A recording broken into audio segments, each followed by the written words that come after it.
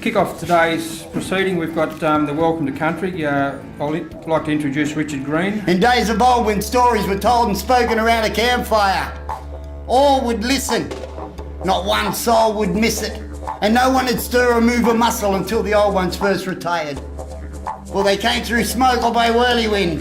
They came simply from the fires, the bull roarer. They held out their hands to all the clans, whilst the young choked back their smiles. Then when Euroclydon arrived and brought his laws, his all were placed on trial. They ordered this and that or this and that, but they just escaped, leaving no trace, and simply disappeared across sacred borders. Today, when we appear back home to where our lives have grown, and tell the wondered story, the fire's warm, they blow. The embers red, they glow. The old ones know when to show because the young are smiling by the fires. Now, you men are builders. You're just as important as doctors. Well, it's a great pleasure to see you all here this morning and to have the opportunity of saying a very few brief words in opening this Builders Conference.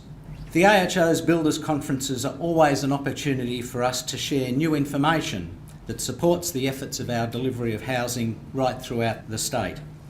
And I can see that the agenda for this conference is comprehensive and will provide an opportunity for both information and discussion right around the room over the course of the conference. We also recognise the need for continuity in work to keep you fellas going and the difficulty in maintaining that continuity. That agreement is going to deliver $396 million to New South Wales over the next 10 years. That's a substantial quantum of dollars. At the end of the 10 years of the agreement, which is 2018, New South Wales is expected to be fully responsible for the funding of Aboriginal community housing. On the agenda today, I'm listed as speaking about Aboriginal participation in construction. I actually thought I'd take the opportunity and go into a couple of other areas as well. I think it's worthwhile. I'd like to see 100% of that work done by Aboriginal builders, and I believe there are structures that we can put in place to ensure that it happens. In our bid, we said we would tender all the schools and allow the local builders and the local subcontractors and the local consultants, in fact, we've engaged local architects and engineers and surveyors to actually do the majority of the work in the regions. When they complete after the 4th year and they've passed TAFE proficient, you can claim $2,500. So that's $4,000 over the apprenticeship.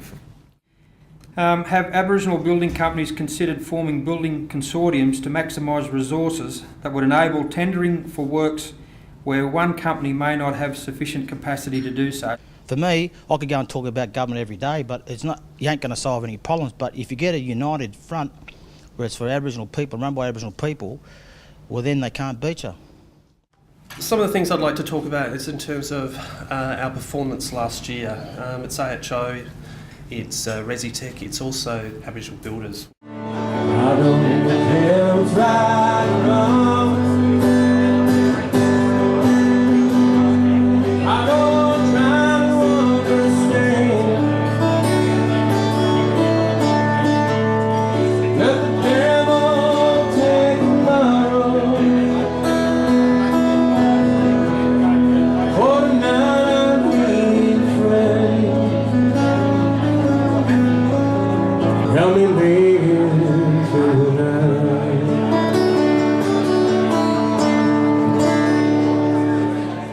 So tonight we want to recognise the work of a number of builders who have been with us over several years. Can I have Aboriginal Connections Building Company Proprietary Limited come forward?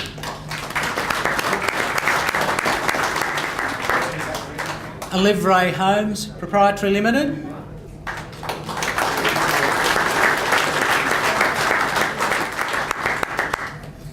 Darwall Constructions Proprietary Limited. Next, Dave Barker Constructions Proprietary Limited.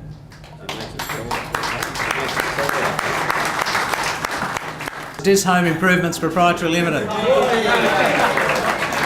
DT and DA Gordon Proprietary Limited. Ithamari Limited. J&J Building and Maintenance. Let's give them a clap even if they're not here.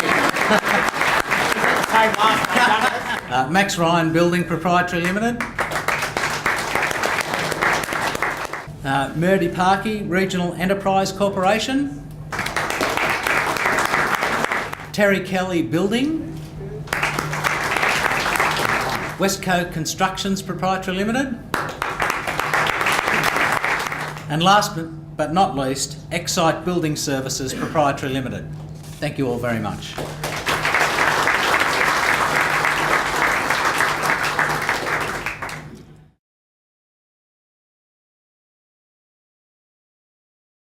Our Indigenous building companies, we've got to take a bit of pride in what we do, and remember that's our mob we're doing it for. Because the job you do today will open the door for the one you do tomorrow. In 2008 and 2009, I started a training course for Aboriginal people in the Wagga called the Wagga Aboriginal Construction Class. It's going to take a strong person to really manage this whole process and then really nut through those issues. And as I said earlier, the tender program is coming to a rapid conclusion. We are under pressure. We have to get all these sites into construction by January. We would like to talk to you and link with you to see what sort of programs we can operate in your business, in your area. It may be that you can't employ somebody, perhaps not, but perhaps you can visit the business units that we have in a correctional centre and talk to the offenders. If they get a real picture of what life is like outside. Good afternoon, everyone. As it says up there, basically I've been invited by the Aboriginal Housing Office today to actually have a talk to you in regards to how we actually carry out maintenance and work on our buildings and different things, as well as potential constructions of new dwellings. But at the end of the day, what we're trying to do is to work safe and go home. At the end of the day, that's what we want to do. Don't be scared about work cover. If some work cover inspector comes on there, I would rather this person to come on there and give you advice and assistance rather than something serious happening.